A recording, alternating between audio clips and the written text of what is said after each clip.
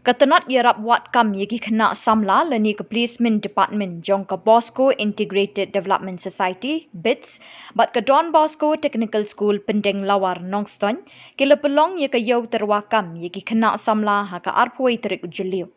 Ha kini ke jengi kenduk jengi Samla wat kam bat ki company wat nong tre lawan wat kam shispa arphongut bat legit na pedeng jengki nyau puprangut na kebenta ki kam babunjat. Uba V's where Project Director District Rural Development Agency DRDA ulalong kongsan hagani kejing play ya kayau terwakam. Ladon lang hagani kesengi Reverend Father John Karshandi Director Don Bosco Technical School Pyndenglawar bat kinong terwakam.